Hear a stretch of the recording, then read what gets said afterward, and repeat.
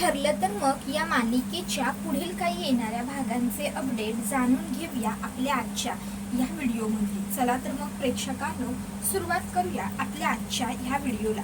तर आपण इथे आता पाहतोय की कशा पद्धतीने आता इकडे प्रियाने तुरुंगातून बाहेर पडण्यासाठी बनवलेला मास्टर प्लॅन फ्लॉप होतोय, तर दुसऱ्या बाजूला इकडे आता प्रियाची मदत करण्यासाठी जी मुलगी प्रियाने आणलेली आहे ती सुद्धा एक एक पाऊल पुढे जाते।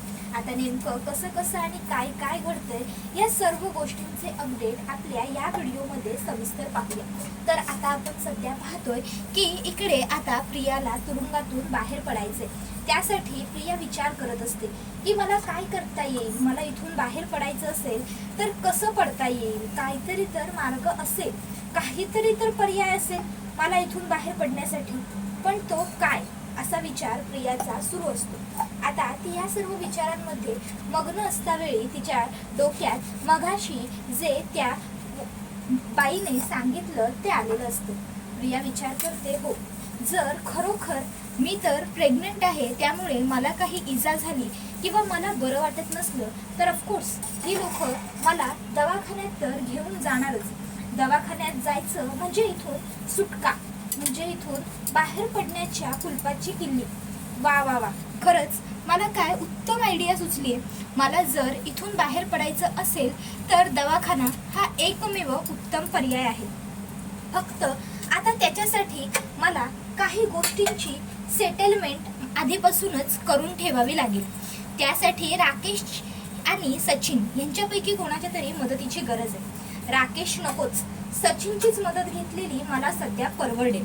तो मूर्ख राकेश, त्याला सांगायला जायचं एक आणि व्हायचं काहीतरी वेगळंच।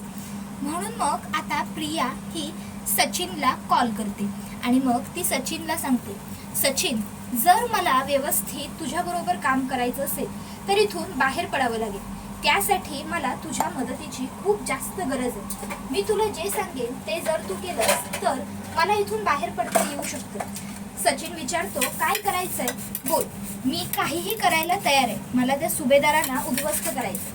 त्यानंतर प्रिया आता सचिनला स्वतःचा सर्व प्लॅन एक्सप्लेन करते। आता ते सगळं ऐकल्याच्या नंतर सचिन म्हणतो, ठीक आहे, हे सगळं घडवून जुळवून आणण्याची जबाबदारी माझी, बाकीचा विषय आता तू सोड, काय करायचं ते मी बघतो। त्याच्यानंतर मग राकेश हा आता तिकडनं निघतो आणि आता तो ताबडतोब त्याच्या ओळखीच्या हॉस्पिटलमध्ये पोहोचतो आणि आता तो तिथे ह्या सर्व गोष्टी होऊ शकतील का याची चौकशी करतो। तर डॉक्टर आधी तर नाही आम्ही असं काही करू शकत नाही असं म्हणतात, पण मग त्यांना पैशांचं सचिन आमिष दाखवतो। आता ऑफकोर्स पैसे बघितले की कोणीही फितूर होणं शक्यच असतं, सहज अगदी स्वाभाविक आहे ही गोष्ट। त्यामुळे आता ते जे डॉक्टर असतात ते सुद्धा राकेशचं ऐकायला तयार होतात। ते म्हणतात, ठीक आहे करू, आम्ही तुमची मदत करू। आणि मग ती लोक राकेशची मदत करायला तयार होतात। आता ज्या दिवशी प्रियाला दवाखान्यात घेऊन गेलं जातं, प्रिया नाटक करते, तिला खूप त्रास होतोय प्रेग्नेन्सीमुळे, तिला चालायला बसायला होत नाहीये, तिला काही जात नाहीये, जेवायला खूप उलट्या होत आहेत, तिला सफोकेशन होतंय वगैरे वगैरे नाना प्रकारची 100 नाटकं ती करते। मग आता प्रियाला ताबडतोब दवाखान्यात शिफ्ट केलं जातं। पण बरोबर त्याच वेळी आता इकडे काय होतं, जे डॉक्टर असतात, जे तिथले सिनियर असतात, ज्यांनी पैसे घेतलेले असतात, ते डॉक्टर काही इमर्जन्सी केस आल्यामुळे तिकडनं निघून जातात। आता ते डॉक्टर तिकडे नसतात खरे, पण तिकडे आता व्हिजिटिंग डॉक्टर म्हणून अश्विन गेलेला असतो। मग अश्विनला सिस्टर रिक्वेस्ट करते, सर एक इमर्जन्सी केस आहे, प्लीज प्लीज जर तुम्ही ती बघितली तर खूप बरं होईल। त्यावेळी अश्विन म्हणतो, येस ऑफकोर्स, प्लीज काय बोलताय, डॉक्टर म्हणून एखाद्या पेशंटला मदत करणं हे माझं कर्तव्यच आहे, तुम्ही त्या पेशंटला घेऊन या। त्यानंतर मग आता प्रियाला इकडे अश्विनच्या समोर आणून थांबवलं जातं। आता प्रियाला बघून खरं तर अश्विन आधी थोडा हळवा होतो, नंतर त्याला रागही येतो की मी काहीची ट्रीटमेंट करू, पण मग त्याच्या लक्षात येतं तो एक डॉक्टर आहे आणि डॉक्टर म्हटलं तर त्याचा पहिला धर्म हा व्यक्ती कोणीही असली तरी तिचा जीव वाचवणं हाच आहे। त्यामुळे मग तो आता ठरवतो की ही कितीही वाईट विचित्र वागलेली असली ना तरी मी मात्र आता हिला ट्रीटमेंट देईन। आणि मग तो प्रियाला ट्रीटमेंट द्यायला तयार होतो. आता तो तिला विचारतो काय होतंय तुला. त्यावेळी प्रिया सांगते मला खूप मळमळतंय, हे होतंय ते होतंय. आता हे सगळं प्रिया सांगते खरं. मग आता लगेचच अश्विन काही टेस्ट सांगतो. त्या टेस्ट केल्या जातात. टेस्ट केल्यानंतर प्रियाला काहीही झालेलं नाहीये हे अश्विनच्या लक्षात येतं. अश्विन प्रियाला म्हणतो नाटकं केलीस ना सगळी, तुला काही झालेलं नाहीये, कळलंय मला. मग प्रिया अश्विनला म्हणू लागते अश्विन प्लीज, हे बघ मला माहितीये मी नाटक केलं आणि मी कबूलही करतेय ना, मी खरंच नाटक केलं. पण अश्विन अरे मी नाटक का केलं. मी नाटक आपल्या बाळासाठी केलं. अश्विन अरे तुरुंगात मुलांना परवरिश चांगली मिळत नाही, मुलांचं संगोपनही व्यवस्थित होत नाही ना, यासाठी मी आपल्या बाळासाठी केलंय रे अश्विन हे सगळं. मला इकडनं बाहेर पडायचंय अश्विन. मला माझ्या बाळासाठी, मला आपल्या बाळासाठी जगायचंय. मला एक उत्तमातली उत्तम आई बनायचंय. त्यासाठी मी हे सगळं करते. सुभेदारांचा वारस, सुभेदारांचा वंश असा तुरुंगात वगैरे मोठा झालेला नकोय ना तुला पण. हा अश्विन तू करशील ना माझी इथून बाहेर पडायला मदत, तू करशील ना माझी सुटका. अश्विन अरे तू बाबा होणार आहेस, तू विचार कर ना. अरे अरे तू माझ्या चुकीची शिक्षा आपल्या बाळाला का देतोयस. हा तू विचार कर की आपलं बाळ जेव्हा जन्माला येईल तेव्हा काय वाटेल त्याला, की माझी आई चुकली मला मान्य, पण म्हणून माझ्या बाबाने काय केलं. माझ्या बाबाने सुद्धा चूकच केली ना. माझ्या बाबाने सुद्धा मला कुठे जपलं, त्यांनी सुद्धा मला अंतरच दिले. माझ्या घरच्यांनी कोणीच माझं स्वागत नाही केलं. काय वाटेल रे आपल्या बाळाला. विचार कर प्लीज, विचार कर आणि प्लीज माझी मदत कर अश्विन प्लीज, मला इकडनं बाहेर पाड ना. अश्विन प्रियाला म्हणतोय तुझी नाटकं बंद करा. प्रिया म्हणते अश्विन तुला अजूनही असंच वाटतंय का मी नाटक करते. नाही म्हणा, तुझी तरी काय चूक आहे ह्या सगळ्यात. मी वागलीच एवढं चुकीचं, केलंच आहे इतकं मी पाप की कोणालाही हेच वाटणार की मी सुधरूच शकत नाही. मी आता सुद्धा नाटकच करते, पण मी खरं बोलते. यावेळी मी काहीही नाटक करत नाहीये. यावेळी मी जे सगळं बोलतेय ना खरंच खूप खरं, खूप मनापासून बोलतेय रे मी. खरंच मला सुधारायचंय. मला एक संधी हवी अश्विन, एक संधी जी फक्त तू देऊ शकतोस. अश्विन प्लीज. अश्विन तिला म्हणतो बाजूला हो माझ्या नजरेसमोरून. आणि मग तो डॉक्टरांकडे जातो आणि डॉक्टरांना म्हणतो हिला काहीही झालेलं नाहीये. आता तो बाकीच्या डॉक्टरांनाही म्हणतो की तुम्ही सुद्धा एकदा व्यवस्थित रिपोर्ट चेक करा. जे बाकीचे ज्युनियर डॉक्टर असतात ते सुद्धा चेक करतात. पैसे सिनियर डॉक्टरने खाल्लेले असतात, जो एमर्जन्सी केससाठी तिथे निघून गेलेला असतो आणि इकडे अश्विन असतो. ज्युनियर डॉक्टरांना आता रिपोर्ट दाखवल्यानंतर ते सुद्धा म्हणतात की हो बरोबर आहे, ह्या मुलीला तर खरोखरच काहीच झालेलं नाहीये. मग आता अश्विन ताबडतोब पोलिसांकडे जातो आणि पोलिसांना सांगतो की ही मुलगी एक नंबरची खोटारडी आणि नाटकी आहे. ह्या मुलीला काहीही झालेलं नाहीये. हिने फक्त आणि फक्त ड्रामा केला. तुम्हाला खोटं सांगितलं, तुम्हाला हिला तुरुंगातून बाहेर पडायचं होतं म्हणून गंडवलं. त्याबरोबर हे ऐकून पोलीस सुद्धा थक्क राहतात. तर अश्विन आता पोलिसांना म्हणतो माफ करा पण एक सजेस्ट करू का. पोलीस म्हणतात बोला ना साहेब. त्याबरोबर अश्विन म्हणत असतो मी या मुलीला आहे ना खूप व्यवस्थित आणि खूप चांगलं ओळखतो. एखाद्या वेळी ही समोरच्याचा जीव घेईल पण स्वतःच्या जीवाला काहीही त्रास करून घेणार नाहीये. आणि हिला आत्ता काही होत नाहीये, तसंच हिला कधीच काहीच होत नसतं. हिने माझ्या घरात अशी खूप नाटकं केली आहेत. म्हणून सांगतो आता पुन्हा जरी तुम्हाला ही बोलली ना की मला बरं वाटत नाहीये किंवा काय, तर जमलं तर हिच्यावर विश्वास ठेवू नका. कारण हिला फक्त तुरुंगाच्या बाहेर पडायचंय म्हणून हे सगळे हे ड्रामे करते. त्यावर काहीही नाही. तुम्ही उगाचच हिच्यावर विश्वास ठेवून स्वतःचा वेळ आणि पर्यायाने डॉक्टरांचा हिला ट्रीटमेंट देण्यासाठीचा वेळ सुद्धा वाया घालवताय. त्यामुळे please make sure next time हिला खरंच त्रास होतोय की पुन्हा ही नाटक करते. त्याबरोबर मग डॉक्टर सुद्धा असं म्हणाल्यावर पोलीस म्हणतात की हो आम्ही नक्की खात्री जमा करून घेऊ. त्यानंतर अश्विन प्रियाला म्हणतो जर तुला सुधारायचं असतं ना खरोखर तर तू कधीच सुधारली असतीस, पण तुला कधी सुधारायचं नव्हतंच. तुला फक्त आणि फक्त सायली वहिनीला त्रास द्यायचा होता आणि म्हणून तू माझ्या घरात आलीस.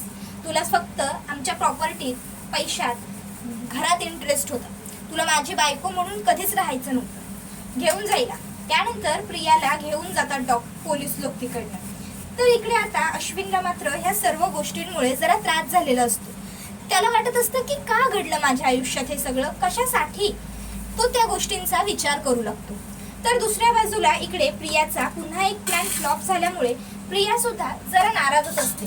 ती विचार करते, शी, हा सुद्धा प्लॅन फ्लॉप झाला. या सचिनला एक काम दिलं तर या सचिनने सुद्धा व्यवस्थित केलेलं नाहीये. मग आता प्रिया ठरवते की सचिनला फोन करून झापायचं. मग ती झापण्यासाठी सचिनला कॉल करते आणि आता ती सचिनला विचारू लागते, सचिन, एक काम सांगितलेलं सुद्धा तुला जमलं नाही का? अरे साधे डॉक्टर मॅनेज करता आले नाही तुला? तुला माहितीये का तिकडे डॉक्टर कोण होता? अरे तो अश्विन. तरी किती गयावया केलं मी त्याला, किती विनवण्या केलं, तर उलट त्याने डॉक्टरला काय सांगितलं, पोलिसांना काय सांगितलं माहितीये का? त्याने पोलिसांना सांगितलं की ही मुलगी ही एक नंबरची खोटारडी आणि नाटकी आहे, हे फक्त ड्रामे करत असते. नेक्स्ट टाइम जर ही मुलगी हिला त्रास होतोय असं म्हणाली तर हिला दवाखान्यात सुद्धा घेऊन येऊ नका. कळलं का तुला? काय करून ठेवलंय हे तुम्ही? त्याबरोबर मग आता सचिन म्हणतो, अगं असं कसं झालं? त्यावर ती म्हणते, असंच झालंय, कळलं का तुला? त्यावेळी मग मात्र आता लगेचच तो म्हणतो की ठीक आहे, मी काय करायचं ते बघतो. तर त्याच वेळी आता सचिन त्या हॉस्पिटलला पोहोचल्यावर अश्विन तिकडनं बाहेर पडत असताना सचिनला बघतो. मग त्याच्या लक्षात येतं की याचा अर्थ नक्कीच सचिन आणि प्रियाचं काहीतरी साटलोटा आहे. बरोबर ह्याच दवाखान्यात हा सुद्धा कसा काय आला? त्यानंतर मग सचिन आता डॉक्टरांकडे, त्या सिनियर डॉक्टर आलेले असतात त्यांच्याकडे जातो आणि त्यांना विचारतो की काय प्रकार आहे हा सर्व? मी तुम्हाला एवढे भरभक्कम पैसे कशासाठी दिले होते? मी तुम्हाला जे काम सांगितलं होतं ते करण्यासाठी, पण तुम्ही तर माझं काम केलंच नाहीये. याला काय अर्थ आहे? जर तुम्हाला काम जमणार नव्हतं तर तुम्ही माझ्याकडून पैसे कसे काय घेतलेत? हे बघा, मी तुम्हाला एवढे पैसे दिलेत, माझं काम व्हायला हवं होतं ना. मग त्याबरोबर डॉक्टर म्हणतात की तुम्ही आम्हाला पैसे दिले म्हणजे तुम्ही आम्हाला खरेदी केलं असं वाटतं का तुम्हाला? हे बघा, पैसे दिले उगाच कांगावा करू नका आणि आरडाओरडा तर बिलकुलच करू नका, नाहीतर तुम्हाला तर इकडे शिक्षा होईलच, पण माझं लायसन्स सुद्धा रद्द होईल. आणि राहिला प्रश्न मी इथे न थांबण्याचा. तर एक अचानक इमर्जन्सी केस आली होती, मला तिकडे जावं लागलं होतं अर्जंट, म्हणून मी निघून गेलो. पण इथे एक दुसरे डॉक्टर अश्विन सुभेदार म्हणून डॉक्टर आले होते.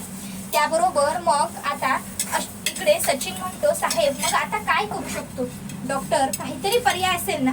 डॉक्टर म्हणतो, आता मी काही नाही करू शकत, हवं तर मी तुमचे पैसे परत करतो, त्या उपर माझ्याकडून काहीही अपेक्षा करू नका, मला काही जमणार नाहीये. आणि मग आता लगेचच जो सचिन असतो त्याचे जे पैसे त्या डॉक्टरांनी घेतलेले असतात ते डॉक्टर पैसे परत करतात. आता मात्र सचिनकडे गप्प बसण्या वाचून काहीही पर्याय नसतो. डॉक्टर म्हणतात, काय पैसे पैसे करत होतात, दिले तुमचे पैसे, आता निघा इकडनं. तर दुसऱ्या बाजूला इकडे ज्या मुलीला, श्वेताला प्रियाने आश्रमात पाठवलेलं असतं लक्ष ठेवण्यासाठी, ती मुलगी हळूहळू मुलांबरोबर गोड बोलू लागलेली असते.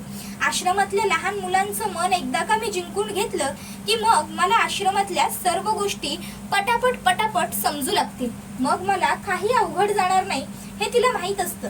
त्यामुळे आश्रमातल्या सोमू, मानसी, रश्मी त्याबरोबर इतर 4-5 लहान मुलांबरोबर ती अगदी प्रेमाने राहू लागते. मुलांना खाऊ देऊ लागते, मुलांसाठी चांगलं काय काय बनवू लागते, मुलांचा अभ्यास घेऊ लागते, त्यांना मदत करू लागते. आणि मग असंच त्यांच्याशी रोज गोड गोड गोड बोलून बोलून ती मुलांकडून माहिती गोळा करू लागते की ह्या आश्रमात कधीपासून काय काय होतं आणि या आश्रमाचं सर्व आता मधुभाऊंनंतर कोण असणार आहे, त्याचबरोबर इथली जबाबदारी कोण बघतं. मग सायली जर जबाबदारी बघते तर ती इथे किराणा कधी आणते, काय कसं करते, लाईट बिल कुठे भरते, या घराचं सर्व डॉक्युमेंट आहेत का वगैरे वगैरे ती मुलांकडे चौकशी करत असते, जेणेकरून एखादी गोष्ट जरी मुलं नाही म्हणाले तर ताबडतोब आपण ती प्रियाला सांगू. आणि मग ती दिवसभर सायली येत असते, तिच्या हालचालींवरती सुद्धा लक्ष ठेवत असते आणि ते सगळं आता प्रियाला कॉलवरती सांगत असते. आता प्रियाला हे सगळे अपडेट मिळत असतात, तसं प्रिया सचिनला आणि राकेशला सुद्धा हे सगळं इन्फॉर्म करत चाललेली असते. त्याबरोबर हा व्हिडिओ इथेच संपतो. व्हिडिओ आवडला असेल तर व्हिडिओला लाईक करा, चॅनलवर नवीन असाल तर चॅनलला सबस्क्राईब करा आणि बेल आयकॉन आठवणीने प्रेस करा, जेणेकरून तुम्हाला पुढच्या प्रत्येक व्हिडिओचं नोटिफिकेशन मिळत जाईल आणि सर्व व्हिडिओंचा आनंद हा अगदी उत्तम पद्धतीने घेता येईल। चला तर मग प्रेक्षकांनो, आजच्या पुरतं इथेच थांबूया। पुढचा व्हिडिओ येईपर्यंत या व्हिडिओचा आनंद घेत राहा। तुम्हाला ठरलं तर मग ही मालिका कशी वाटते हे आम्हाला कमेंटमध्ये नक्कीच सांगा। टाटा बाय बाय, धन्यवाद, take care all of you.